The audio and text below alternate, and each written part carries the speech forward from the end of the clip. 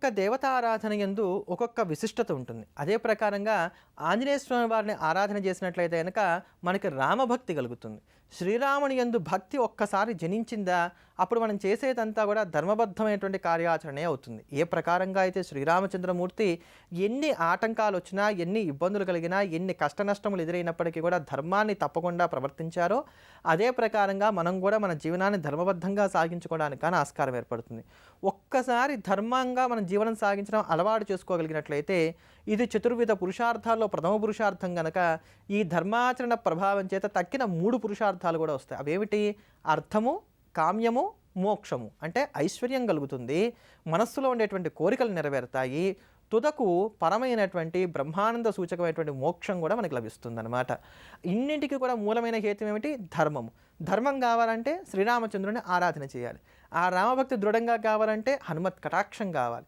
అటువంటి రామభక్తి ప్రదాయకము స్ఫోరకమైనటువంటి హనుమత్ కటాక్షాన్ని మనకు అందించేటువంటి భవ్యమైనటువంటి స్తోత్రమే హనుమాన్ భుజంగ స్తోత్రం. ఇది భుజంగ వృత్తంలో పాము నడకలాగా సాగుతూ ఉండేటువంటి స్తోత్రం కనుక దీనికి హనుమాన్ భుజంగ ప్రయాత స్తోత్రం అనేటువంటి పేరు వచ్చింది. ఆ ఆంజనేయ భుజంగ ప్రయాత స్తోత్రాన్ని శ్రవణం చేద్దాం, శ్రీరామ భక్తితోటి వర్ధిల్లుదాం.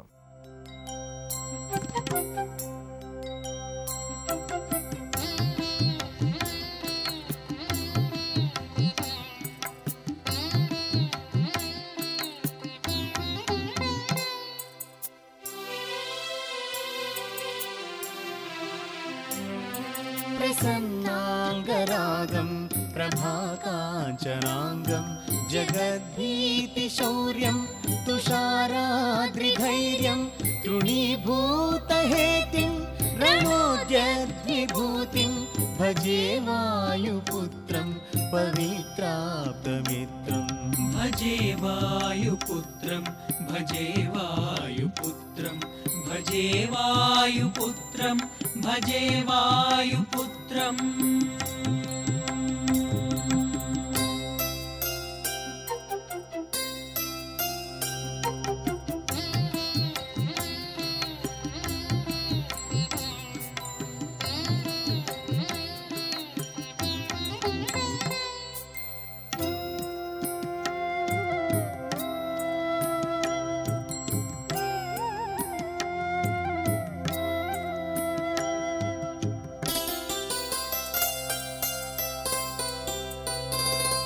भजे पावनं भावनानित्यवासं भजे बालभानु प्रभाचारुभासं भजे चन्द्रिकाकुन्दमन्दारहासं भजे सन्ततं रामभूपालदासं भजे वायुपुत्रं भजे वायुपुत्रं भजे वायुपुत्रं भजे वायुपुत्रम्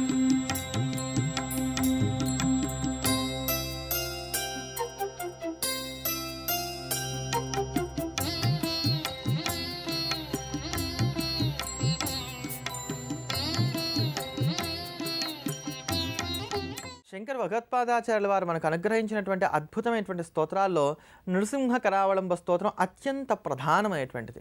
శంకరాచార్యుల వారు అమ్మవారి తర్వాత అంత విస్తారంగా ఆరాధన చేసినటువంటి దైవం నృసింహస్వామి వారు. వారికి ఎప్పుడు ఆపద వచ్చినా కానీ ఈ నృసింహస్వామి వారిని ఆరాధన చేసే వారికి ఉండేటువంటి కష్టాన్నంతా కూడా పోగొట్టుకున్నారు. ఒకానొక సందర్భంలో తమ యొక్క పాంచభౌతిక శరీరములకు ఆటంకం కలిగినప్పుడు సాధనా శరీరాన్ని సంరక్షించుకోవడం కోసం అని చెప్పని నృసింహస్వామి వారిని ఈ నృసింహ కరావళంబ స్తోత్రంతోనే స్తోత్రం చేయగా నృసింహస్వామి వారు శంకర భగవత్పాదాచార్యుల వారికి కలిగినటువంటి కష్టాన్ని తీర్చారు అని చెప్పని మనకి శంకర విజయ గ్రంథం తెలియజేస్తూ వస్తోంది.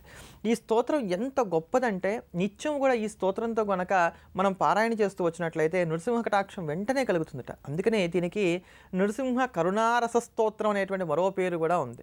స్వామివారి యొక్క అపారమైన కారుణ్యం ఏదైతుందో త్వరగా పొందడానికి కానీ ఈ స్తోత్రం మనకు ఉపయోగపడుతుంది అని చెప్పని.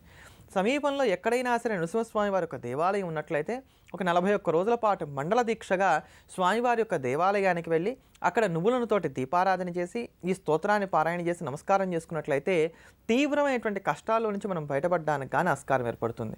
కొంచెం ఈ 18 ఏళ్ళు దాటిన తర్వాత టీనేజ్లో ఉండేటువంటి పిల్లలు ఎవరైతే ఉండి మాట వినట్లేదు అనుకుంటున్నామో అటువంటి వారి కోసం కూడా ఈ నృసింహ కరావళంబ స్తోత్రం చాలా భవ్యంగా ఉపయోగపడుతుంది. చేత్తో విభూది పుచ్చుకొని ఈ స్తోత్రాన్ని రోజు కూడా 3 సార్లు పారాయణ చేసి పిల్లలకు గనక రక్షగా పెడుతూ వచ్చినట్లయితే వారిలో ఉండేటువంటి మొండితనం తగ్గడానికి కూడా ఆస్కారం కలుగుతుంది. అంతటి భవ్యమైనటువంటి ఆ స్తోత్రరత్నాన్ని శ్రవణం చేద్దాం, ధన్యులమవుదాం. श्रीमत्पयोनिधि निकेतन चक्रपाणे भोगीन्द्र भोगमणिराजित पुण्यमूर्ते योगीश शाश्वत शरण्य भवाब्धिपोत लक्ष्मी नृसिंह मम देहि करावलम्बम् लक्ष्मी नृसिंह मम देहि करावलम्बम् ब्रह्मेन्द्र रुद्र मरुदर्क किरीटकोटि सङ्घट्टिताङ्घ्रिकमलामलकान्तिकान्त लक्ष्मीरसत्कुच सरोरुह राजहंस लक्ष्मी नृसिंह मम देहि करावलम्बम् लक्ष्मी नृसिंह मम देहि करावलम्बम् संसारसागर विशालकरालकामनक्रग्रहग्रसल निग्रह विग्रहस्य मग्नस्य नागलसदूर्मिनि पीडितस्य लक्ष्मी नृसिंह मम देहि करावलम्बम् लक्ष्मी नृसिंह मम देहि करावलम्बम् संसारघोरगहने चरतो मुरारे मारोग्रभीकरमृगप्रवरादितस्य आर्तस्य मत्सरनिदाघनिपीडितस्य लक्ष्मी नृसिंह मम देहि करावलम्बम् लक्ष्मी नृसिंह मम देहि करावलम्बम्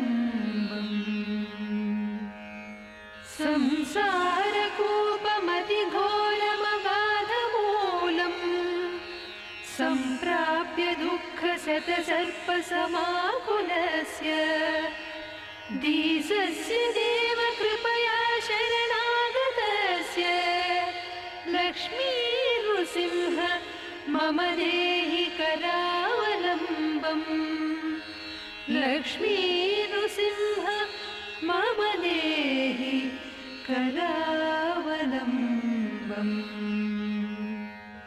संसारभीकरकरीन्द्रकराभिघात निष्पीड्यमानवहुषः सकलार्थितस्य प्राणप्रयाण भवभीतिसमाकुलस्य लक्ष्मी नृसिंह मम देहि करावलम्बम् మన నిత్య దైనందిన జీవితంలో మనకి లలితా సహస్రనామ స్తోత్రం ఏ ప్రకారంగా ఉపకరిస్తోందో తెలుసుకుంటున్నాం కదా.